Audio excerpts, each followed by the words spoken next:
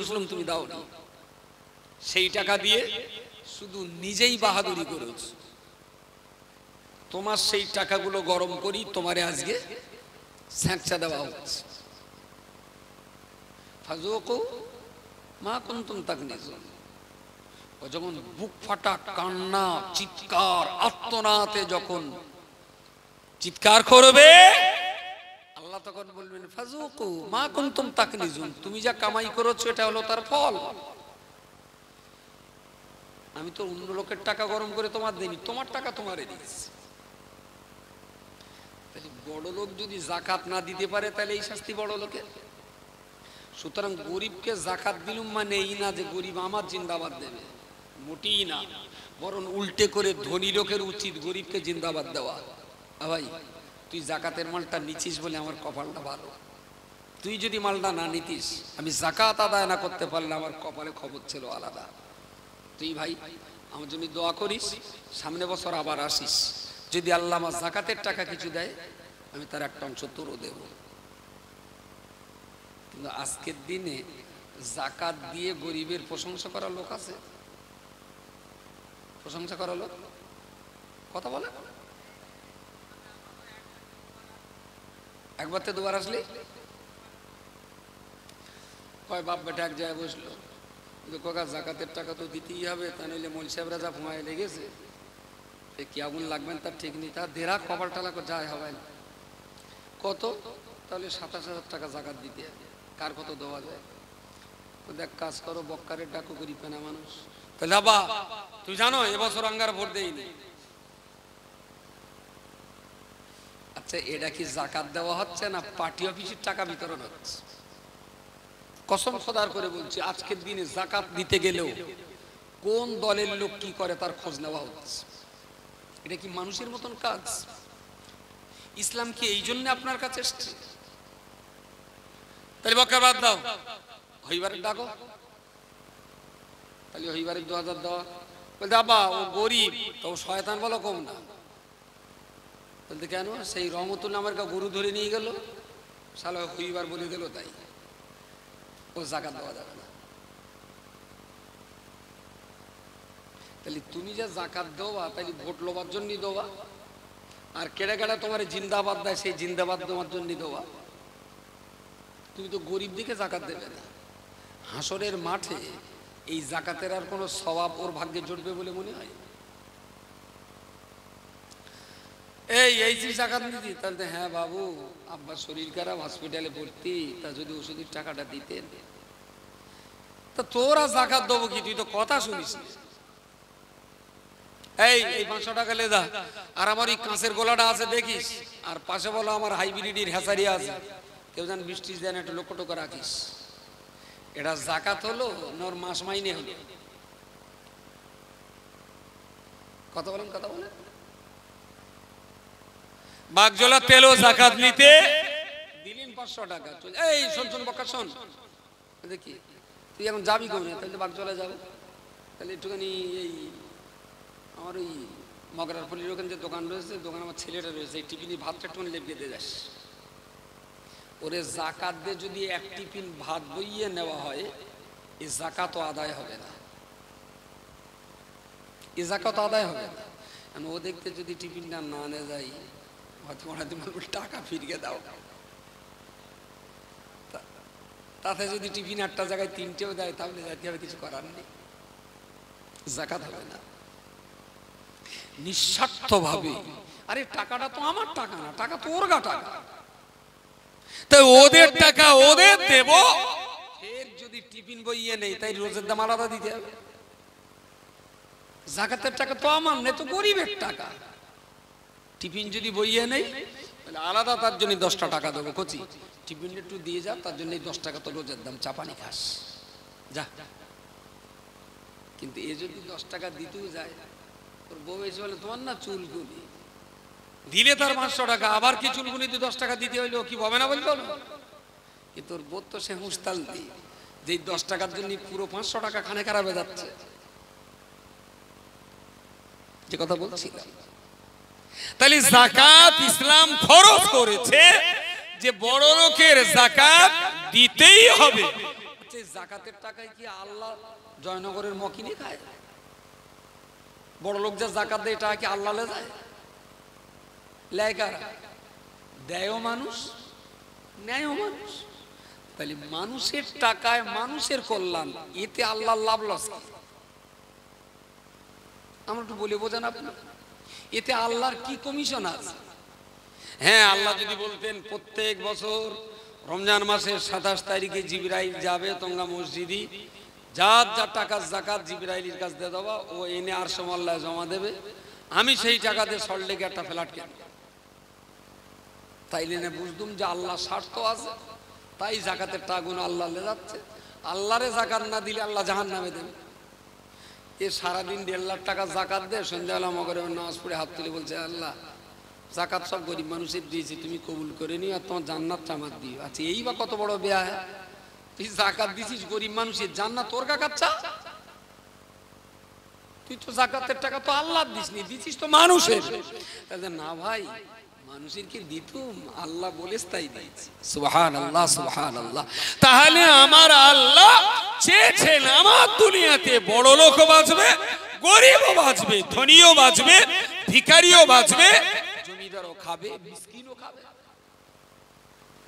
আচ্ছা, এই যে ধনী দরিদ্র সবাইকে নিয়ে বেঁচে থাকার যে প্ল্যান, এই প্ল্যানটা ইসলাম ধর্ম বাদ দেওয়ার কোন ধর্মে আছে একটু বলবেন? ইসলাম বাদ দিয়ে? তাহলে ইসলাম মানে শুধু আল্লাহরে ডাকা না। ইসলামের যদি 100 হুকুম থাকে, তার 10% সরাসরি আল্লাহর নির্দেশে আল্লাহর কাজটা করি। যেমন কোরআন শরীফ পড়ি, একটু সুবহানাল্লাহ পড়ি, তাসবিহ পড়ি, জিকির আজকার করি, এগুলো শুধু আল্লাহর জন্যই করি। কিন্তু 90% কাজ আল্লাহ আমাদের জন্য ফরজ ওয়াজিব করেছেন। এই 90% কাজে মানুষের কল্যাণ হয়, মানুষের উপকার হয়। বকরাই 25,000 টাকা দিয়ে গরু কিনে ফেড়ে দিল, ও মাসে কুচকে দেখলুম সে মসজিদ কমিটি নিয়ে গেল 50 কিলো টাকা, আমার ফুটপাট করেছি, বলে 3 ভাগের 1 ভাগ দিয়ে দাও। মনে হচ্ছে যেন দোকানের খাজনা নিতে, মানে কারার ওরা। তাহলে মসজিদ থেকে মিসকিনের গোস্ত মসজিদে এক জায়গায় গরিবদের দেওয়া হয়, লেগালো ছেলে এসে যা 1 কুইন্টাল দিল, তাতে বারাত দেখলে বলে কি করবি রে? তাহলে আব্বা সে বুনবোনার দিতে হবে, খালু রয়েছে, বড়াব্বা রয়েছে, ফুম্মা রয়েছে, জামাইবাবু সব দিতে হবে না? বলে এই তো 1 ভাগ লেগালো মসজিদে গরিবের দেবে, তাই আর একবার লেগে আর একবার তুই আলাদা করে ফেলতেছিস, বুনবোনায় সালাস মন্দির দিবি, তাই এই কোরবানি দেওয়া তো আমার ডাল লস। কোরবানি দেওয়া লস না? যদি গোস্তর দিকে তাকাই তাহলে একদম পুরো বাঁশ, যেখানে হওয়ার কথা 3 কেজি সেখানে হচ্ছে মাত্র 1 কিলো, 2 ভাগ তো লোকে খাবে। আচ্ছা, এতে আমার আল্লাহর লাভটা কি একটু বলেন? যে আল্লাহর কি স্বার্থ আছে যে আল্লাহ কোরবানি ওয়াজিব করে দেবে? তাহলে এই কোরবানি পদ্ধতির ভিতর দিয়ে আল্লাহ আমাকে টাকা দিয়েছেন, আমি কোরবানি দেব ছাগল, গরু, উট, দুম্বা, ভেড়া, তার 1 ভাগ পাবে মিসকিন, 1 ভাগ পাবে আত্মীয় স্বজন, আর 1 ভাগ আমার বাড়ি। তাহলে মানুষের সাথে মানুষের, সমাজের সাথে সমাজের, উঁচুর সাথে নিচুর, গরিবের সাথে ধনী, এই যে মেলবন্ধন, প্রেম ভালোবাসা তৈরির যে পদ্ধতি, ভাই এই পদ্ধতিটা আপনি একটু বলবেন কোন ধর্মে আছে? ভাই পিছনের দিকে আমার কথা বোঝা যাচ্ছে মোটামুটি? হ্যাঁ হ্যাঁ, আর এখন একটা জায়গায় সবার, এদিকে জেনারেটর জেকের করতেছে, এদিকে মাগুর মাছ জেকের করতেছে, 2 দিকে জেকের ঠেলায় আমার জেকের ঠিক ঠিক, পরিবেশটা খুব নিরিবিলি হয়নি। আর এ যা জেকের, ও তো 5 সেকেন্ড বন্ধ করার লাইন, সমানে চলতে হবে। মাগুর মাছের কয়েকটাই হেসারে আমি ঘুরি ঘুরে দেখেছি, মানুষের বাচ্চা যত যত্ন করতে হয় সেটা মাগুর মাছের বাচ্চা তার চেয়ে বেশি যত্ন করতে হয়। মানুষের বাচ্চা কোলের ভেতর রেখে মা তবে একটু ঘুমোতে পারে, এর মা ঘুমোবে? এর মা লাইন দিব আবার। ভালো, আল্লাহ বরকত দিক। যেটা বলছিলাম, তাহলে ইসলামের এই মানবতার ধর্ম পৃথিবীতে আর কোথাও নেই, কোথাও নেই, কোথাও নেই। ইসলাম তো সার্বজনীন ধর্ম, যারই জন্যে ইসলামটা বোঝার ক্ষমতা মাথায় দিয়ে মায়ের পেটের ভিতরে আল্লাহ প্রত্যেকটা সন্তানের মাথায় ইসলাম ঢুকিয়ে দিয়ে তবে তাকে পৃথিবীতে পাঠানো হয়। বলুন সকলে সুবহানাল্লাহ। ও কিছু বুঝুক আর না বুঝুক, অন্তত এক আল্লাহর জ্ঞানটার ভিতর থাকে। ফিতরাতাল্লাহিল্লাতী ফাতারান নাস আলাইহা, দ্বীনের ইসলামের এই ফিতরত প্রত্যেক মানুষের ভিতরে আমি আল্লাহ মায়ের পেটের ভিতরে শিখিয়ে তবে তার পৃথিবীতে পাঠাই। সে মুসলমান হালাতে জন্মগ্রহণ করে। লা তাবদীলা লিখালকিল্লাহ, এই যে মুসলমান তৈরি করে জগতে পাঠানো, আমার এই সৃষ্টি পদ্ধতির কেউ পরিবর্তন করতে পারবে না। এবারে সমস্যা, সবাই যদি মুসলমানের জন্ম দেন, নরেন্দ্র মোদী কি হলো, অমিত শাহ কি হলো, রাজ ঠাকরে কি হলো, হতেই পারে। প্রিয় নবী আমার হাদিস শরীফের ভিতরে বলে দিয়েছেন, হে আমার প্রিয় সাহাবী, আমি রাসূল তোমাদিগের জন্য বলছি, কুল্লু মাউলুদিন ইউলাদু আলাল ফিতরাতি, পৃথিবীর প্রত্যেকটা মানব সন্তান অবশ্যই আল্লাহ প্রদত্ত ফিতরাত ইসলামের উপরে জন্মগ্রহণ করে। ফাআবাওয়াহু ইউহাব্বিদানিহি ওয়া ইউনাসসিরানিহি ওয়া ইউমাজ্জিসানিহি, সে ইসলামী ফিতরাত নিয়ে দুনিয়াতে জন্মগ্রহণ করে। এবার তার বাপ মা তারে হিন্দু বানায়, তার পিতামাতা তারে খ্রিস্টান বানায়, তার বাপ মা তারে মজুসি বানায়। আসলে জন্ম নিয়েছিল ইসলামী আকীদা নিয়ে, কিন্তু বাপ এবং মা যে স্রোতে চলে যায়, সন্তান বাপ মাকে দেখে দেখে সেই পথেই জীবন বাড়ায়। তাহলে নরেন্দ্র মোদীর বাপের ঘরে নরেন্দ্র মোদী জন্ম নেবে, তার মানে জন্ম নেছে হিন্দুর ঘরে মুসলমান হালাত, হিন্দুর ঘরে জন্ম নেছে মুসলমান হালাত। ওরা ওই বাউন্ডারির ভিতরে ওরা আর মুসলমান হতে দেয়নি। যদি কালী ঠাকুর দেখেছে, তার নরেন্দ্র মোদী মা বলেছে টেরাম করো, মোদিও তাই করল। আমি এরা কেডা, তাহলে এখানে টেরাম করো, তা করলো। তাহলে এখানে একটু খাও, পোশাক খেলো। বাপ মারি দেখা দেখি হিন্দুর ঘরে মুসলমান জন্ম নিয়েছে, ওই ঘরের ভেতরে রেখেই ওরে আর মুসলমান হতে দিলে না। বাপ মা যেদিকে সন্তান সেদিকে চলে গেল। আচ্ছা, আমাদের কোচিরা তো মুসলমানের ঘরে জন্ম হচ্ছে মুসলমান হয়ে, তাই না? মুসলমানের ঘরে মুসলমান হালাতেই জন্ম নিচ্ছে। আচ্ছা, এই কোচিগুলো নামাজের বাউন্ডারির বাইরে গেল কি করে? ওদের কোচি যেখানে জন্ম বাউন্ডারির বাইরে ওরা আসতে দেয়নি, বাউন্ডারির ভেতরে ধরে রেখেছে। কিন্তু আমার কোচি ইসলামের ঘরে জন্ম নেওয়া সত্ত্বেও সে আজ ইসলামের বাউন্ডারিতে নেই। যদি এখন জিজ্ঞেস করি হুজুর ফরজ কটা, বলবেন হুজুর 6টা কি 7টা? আমি বললাম হয়নি, তুমি বলো। বললাম 7টা বলেছ, তাও হয়নি। তাইলে আমি 13টা বললি কোথায় হবে, দিলে বেরিয়ে 14টা। কিন্তু যারা ওযু নামাজ আদায় করেন তারা তো জানেন 4টে ফরজ। তৃতীয় কলমার মানেটা কি তাহলে আমার দাদি জানে। তাহলে নামাজ তো পড়লে দোয়া কুনুতটা, তাহলে আমি সুবহানাল্লাহ দিয়ে চালাচ্ছি। সেই সুবহানাল্লাহ দিয়ে শুরু করলো ও, আর আমি হাত ছাড়া করি নি। আমার সে বুড়িও পাল্টায়নি, সুবহানাল্লাহ পাল্টায়নি, সেইভাবেই চলে যাচ্ছে। সেসব ধর্ম করা বলে না, ধর্ম নিয়ে আর কি করা হচ্ছে। আমরা একটু বলে বোঝাবো, মসজিদে যদি 100 মুসল্লি থাকে, 100 মুসল্লি যদি থাকে, তা আমি চোখ বন্ধ করে বলতে পারি 95টা মুসল্লি 7টা কলমা মানে সহ বলতে পারবে না। আমার ধারণাটা কি বড্ড ভুল? মানে সহ 7টা কলমা 95টা মুসলমান বলতে পারবে 100-এর ভেতরে? খুব টেনে টুনে যদি পারে, এটা কেন আমি জিজ্ঞেস করি রাঙ্গা কেন আমার ইমামটা একটু জানে, আমরা কেউ বলতে পারবে। আর ওই ভরসা একটে দায়িত্ব করে ছেড়ে দেবে, যা হয় ওরা করতে থাকবে। ইসলাম ধর্মটা সত্যি আমাদের বোঝা হলো না, একটু পড়া হলো না, একটু কালচার হলো না, একটু সংস্কার হলো না। আপনাদের মসজিদটা দেখে আমার খুব ভালো লেগেছে। নতুন করে বেশ অনেকটা বিল্ডিং বাড়িয়েছে, অনেকটা বাড়িয়েছেন। মুসল্লিও মাশাআল্লাহ কম না। সামনে জুমায় আমি একটু আসবো, দেখবো যে রাঙ্গা গ্রামের ইমামটা একটু জানে, আমরা কেউ বলতে পারবো না। আর ওই ভরসা একটে দায়িত্ব করে ছেড়ে দেবে, যা হয় ওরা করতে থাকবে। ইসলাম ধর্মটা সত্যি আমাদের বোঝা হলো না, একটু পড়া হলো না, একটু কালচার হলো না, একটু সংস্কার হলো না। আপনাদের মসজিদটা দেখে আমার খুব ভালো লেগেছে। নতুন করে বেশ অনেকটা বিল্ডিং বাড়িয়েছে, অনেকটা বাড়িয়েছেন। মুসল্লিও মাশাআল্লাহ কম না। সামনে জুমায় আমি একটু আসবো, কথা বলেন। আমি যদি একটু আসতে দেবেন আমার? হুজুর নামাজ পড়াবে, আমি নামাজ পড়াবো না। আমি গেটের কাছে থাকবো, যেই হুজুর 2 রাকাত ফরজ নামাজের তাকবীর বাঁধবে ওই সময় তালাটা মেরে দিয়ে আমি চুপ করে বসে থাকবো। তালা মেরে দিয়ে ফজরের নামাজ পড়ে 2 রাকাত ফরজ পড়ে বসে থাকবো, বাকি নামাজ পরে পড়ে দেবো। এবার এক এক করে এসে দেখ, এই গেটে তালা মেরেছে কেন রে? আমি ভাই আমি মেরেছি। ও আপনি মেরেছেন? দেখুন ওটা কিছু না হলো কি ব্যাপার? তাই আমি নিতে এত তাড়াতাড়ি কেন? তাহলে আপনার ভাবি ভাত তুলে রেখেছে, তুমি খেয়ে আবার হ্যাঁসারি চাতিয়া। আমাদের নামাজ করে কাজ পড়লেন, তাই তো 20-21 টাকা হবে, তারা গড়ে মেরে যায়। আমি আত্মীয়তুর পরে যে দরুদটা পড়তে একটু পড়েননি, তাহলে তো ভাই অত পড়াশুনো লাগবে? আমি তো একটু দায়িত্ব করে দেই, তার মানে ইমাম যা করে আমারও তাই। আমি ভাই বলতে পারবো, আমি তাহলে এখন বসো, এগুলো চেক করে নে, দরুদ শরীফ পড়ে তো আজকে বাড়ি যাবা, বাড়িকে ভাত খাওয়া বস।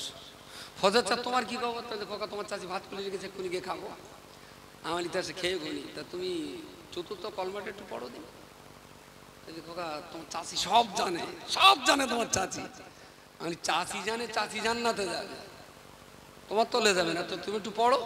তাহলে কাকা আমার তো হবে না, তাহলে বসো, কলমাটা পড়ে তাই বাড়ি যাবা। সামনে জুমায় যদি মসজিদে এসে গেটের তালা বন্ধ করে এক এক করে চেক করি, একদম ফান্ডামেন্টাল কম্পালসারি যেগুলো, এইরকম জিনিসগুলো যদি ধরি, শুক্রবারের মুসল্লিদের ভিতরে আটকে পড়বে কটা বলতে পারবেন? 100-এর ভেতরে ছাড় পাবে কটা? কথা বলেন, কথা বলেন, কথা বলেন। 5টা, তার ভেতরে তুমিও আসো। 5টা ছাড় পাবে, 95টা ধরা পড়বে। আল্লাহর রাস্তে বলছি। এখন কত সুযোগ এসছে আমাদের। আজ থেকে 20 বছর আগে টাকার কত অভাব ছিল বলুন, ঘরের কত কষ্ট ছিল বলুন, গাড়ির কত কষ্ট ছিল বলুন। আমার 45 বছরের জীবনে আমি তো দেখেছি, পানিতে নুন দিয়ে ঝাল লগড়ে দিয়ে ঢকঢক করে মানুষ খেয়েছে, ওই হলো দুপুরের খাওয়া, কিচ্ছু জুটিনি। যে চালির কোনা কাটা খুদ হাঁস মুরগির দেওয়া হয়, ওই খুদ রান্না করে নুন দিয়ে ঘুটে খেয়েছে গরিব মানুষ, আমি দেখেছি। খুদ খাওয়া কোনো বুড়ো নেই এখানে?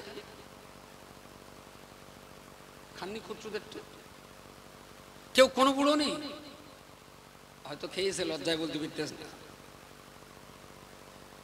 আমি তো দেখেছি আমার গরিব মানুষকে সেই সময়।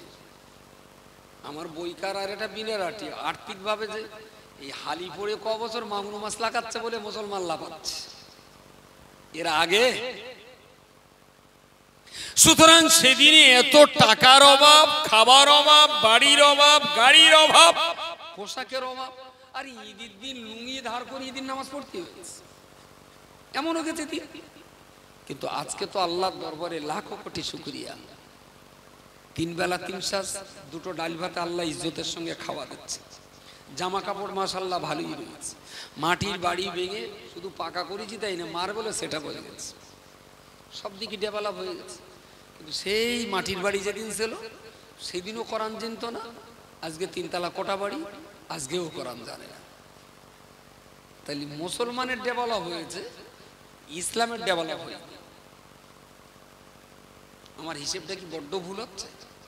হিসাব আল্লাহর রাস্তে এই সুন্দর মসজিদটা তৈরি হয়েছে। মসজিদের এই বিল্ডিংটাকে সপ্তাহে 1 দিন ব্যবহার না করে, আমি বলছি বছরে 365 দিন ব্যবহার, ইমিডিয়েট মক্তব খুলে দেন, ইমিডিয়েট, যেন 1 সপ্তাহ দেরি না হয়। বাচ্চাদের পড়ানো সকালে একটা টাইম, দুপুরে একটা টাইম, বিকালে একটা ব্যাচ, সন্ধ্যার পর একটা ব্যাচ, এশার পরে একটা ব্যাচ। গোটা গ্রামকে আমাদের এই শিক্ষার আওতায় আনতে হবে। গ্রামের কোন বাচ্চাগুলো স্কুলে পড়তে আর পড়ে না, তাদের আবার কিভাবে স্কুলে পাঠানো যাবে? কারা মাধ্যমিক পাস করে বসে রয়েছে, ওদের কিভাবে 11 ক্লাসে ভর্তি করে দেওয়া যাবে? যদি গ্রামের শিক্ষার ডেভেলপমেন্ট ঘটাতে না পারে, ধর্মীয় দ্বীনি তালিম, কোরআনের শিক্ষা, নামাজের শিক্ষা ব্যবস্থাকে যদি উন্নতি ঘটাতে না পারে, তাহলে কিন্তু আসলে আমরা এগোচ্ছি না, আমরা কিন্তু পিছিয়ে যাচ্ছি। বলবেন না আঙ্গা মসজিদে মুসল্লি বেড়েছে কত হুজুর? প্রচুর মুসল্লি বেড়েছে, বাট আত্মাহিয়াতু বাড়িনি, দরুদ শরীফ বাড়িনি। আর আপনি যেটা মুসল্লি বেড়েছেন বলছেন, আমি বলছি না, যেদিন মসজিদে 100 মুসল্লি হতো সেদিন গ্রামের লোক ছিল 500। আজকে মসজিদে 200 মুসল্লি হচ্ছে, কিন্তু গ্রামের লোক হয়ে গেছে আবার এখন 1500। সংখ্যার আনুপাতিক হারে কিন্তু বাড়েনি। হিসেবটা কি মাথায় ঢুকেছে? তখন 500 মানুষের 100 মুসল্লি, এখন 1500 মানুষের 200 মুসল্লি। তার মানে এগিয়েছি না পিছিয়েছি? আনুপাতিক হারে পিছিয়ে গেছি। সুতরাং এটা পিছিয়ে গেলে হবে না। আপনার সংসার, আপনার ব্যবসা, আপনার কাজকাম সব ঠিকঠাক, সব কিছুকে ঠিক রেখে দিয়ে দিনের শেষে একটা টাইম কিন্তু আপনার হাতে আছে, যে টাইমটা একটু রিল্যাক্স করেন, একটু খেলাধুলো করেন, একটু ক্যারাম খেলেন, একটু তাস খেলেন, একটু চার দোকানে বসে আড্ডা দেন। আমি এক্ষুনি বলবো না যে আপনি সব ছেড়ে দেন। 1 ঘন্টা তাস খেলেন, ওর থেকে 20টা মিনিট দেন। আর 1 ঘন্টা ক্যারাম খেলেন, ওর থেকে 20 মিনিট দেন। আর চার দোকানে 2 ঘন্টা বসেন, ওর থেকে 20 মিনিট দেন। এই 3 গুণিন 60টা মিনিট মাগরিবের পর একটু মসজিদে দেন। তাসও হোক, ক্যারামও হোক, ওদিকে চার দোকানও চলুক, আমার কা দোকানটাও চলুক। হয়তো মনে মনে ধারণা, ভাই সব করবে। আমি বলি, এক চান্সে গড়াই দুলি দিলি না মোটে আসবে না। পায়ে দুলে তখন বাজারটা বসা, তারপর ঝেঁটা মেরি খাজনা আদায় করা যাবে। তাস খেলতে অনেকদিন তো খেলে, আর একটু খেলতে দে, আরো 2 মাস খেলুক না, আরো 3 বছর কেরাম খেলুক। যদি আল্লাহর রাস্তা করে একটু মসজিদের বারান্দাতে 1টা করে ঘন্টা বসানো যায়, আমি আশাবাদী ওর বারণ করতে হবে না। 2-4 মাসের ভিতরেই ওই একদিন হাত বাড়িয়ে বলবো, হুজুর একটু তওবা পড়িয়ে দেন, তাস টাস আর খেলবো না। খুব খারাপ জিনিস। আমার ধারণাটা কি বড্ড অপ্রাসঙ্গিক মনে করছেন? স্তরে স্তরে, ধীরে সুস্থে, আস্তে আস্তে যদি চেষ্টা করেন, গ্রামের নওজওয়ান যুবক যারা আছে তারা যদি একটু দায়িত্ব নেয়, আমি বলছি গ্রাম পাল্টে দেওয়া যাবে। 1 বছরে গ্রাম পাল্টে দেওয়া যাবে। তবে কি একেবারে 3 বছর থেকে নিয়ে আর 93 বছর পর্যন্ত সবার জন্য ব্যাজ রাখতে হবে। পড়ার আওতা থেকে কেউ বাইরে থাকলে হবে না। যদি কেউ বলে ভাই আমি সব জানি, আলহামদুলিল্লাহ ভাই তুমি মাস্টার হও, এটা আমার গ্রাম উন্নয়নের কাজ, তুমি তাহলে মাস্টার হও। যদি বলেন আমি সব জানি না, তাহলে তুমি ছাত্র হও, ভাই পড়ো। মসজিদে তাদের আসতেই হবে প্রতিদিন, তার যখন সময় হয় সেই সকাল 6টা থেকে 8টা, এই 2 ঘন্টা 3 থেকে 5 বছরের কোচিদের স্কুল। 8টা থেকে 10টা, এই 2 ঘন্টা 6 থেকে 10 বছরের প্রাইমারি বাচ্চাদের স্কুল। দুপুর 2টো থেকে 4টে, এই 2 ঘন্টা গ্রামের মা, চাচি, নানি, খালা তাদের জন্য স্কুল। বিকেল 4টে থেকে 6টা হাই স্কুল ফেরত ছেলে মেয়ে 11 থেকে 18 বছরের বাচ্চাদের জন্য পড়াশোনার ব্যবস্থা। মাগরিব থেকে এসা গ্রামের বুড়োদের জন্য পড়াশোনার ব্যবস্থা।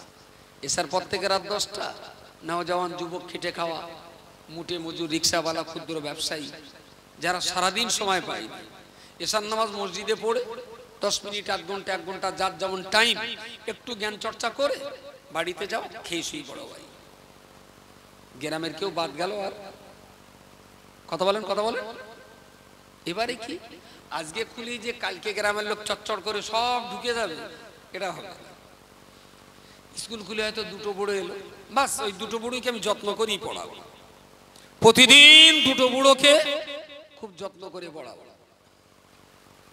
তাতে হবে কি, এই 2টো বুড়ো মানুষকে যদি আমি মডেল করতে পারি, আলহামদুলিল্লাহ, এই 2টো বুড়ো মানুষের পড়াশুনো দেখে গ্রামের আর 5টা বুড়ো আবার একদিন ঝুঁকে আসবে যে না এরা তো ভালো হয়ে গেছে, তাহলে আমারও যেতে হবে। একই দিনই মনে করবেন সারা গ্রামের লোক সব একসঙ্গে হেদায়েত করব, ইসার উল্লাহ এসে যাবে, কিন্তু সম্ভব হবে না। আল্লাহর রাস্তে আমার এই চিন্তা ভাবনাগুলো একটু সামাজিকভাবে কাজে লাগাবার চেষ্টা করেন। বছরে একটা করে ধর্মসভা হোক, প্ল্যান পরিকল্পনা মাফিক হোক। এবছর এই কাজগুলো করেছি, আজকে সভা করে বলে দেব সামনে বছরের আমাদের বাজেট হলে এই কাজগুলো করার। কোনো প্ল্যান নেই, কোনো এস্টিমেট নেই, কোনো পরিকল্পনা নেই, শুধু বছরের পর বছর সভা দেওয়া হচ্ছে। এই সভাতে গ্রাম পাল্টাবে না, আর এই সভাতে গ্রামের কোনো উন্নতিও হবে না। উন্নতি করতে গেলে আপনি বলবেন কেন মসজিদের উন্নতি হয়েছে? মসজিদের উন্নতি হয়েছে, বাট মুসল্লির উন্নতি হয়নি। মসজিদ পাকা করুন, মার্বেল করুন, টালি লাগান, এসি করুন, মুসল্লি যদি যদি দরুদ না পড়তে পারে নামাজ হবে? দামি মসজিদ হলে কি দরুদ দোয়া দরুদ একটু ছাড়টার কিছু হবে? সুতরাং মুসল্লি পাকা করে মসজিদ পাকা করে যত না লাভ, মুসল্লি পাকা হলে তার চাইতে লাভটা বেশি। আমার কথাটা একটু মাথায় রাখা। নওজওয়ান যুবক যারা আছো, ছোট ভাই তোমাদের বলছি, একটু মাথা দাও, তোমরা গ্রাম পাল্টে যাবে ইনশাআল্লাহ। ত্রুটি বিচ্যুতির জন্য ক্ষমা চেয়ে নিচ্ছি। শেষ দোয়া সব রাস্তায় হবে, আর দোয়ার আগে একটু ধসনা পাতাপাতির ব্যাপার আছে।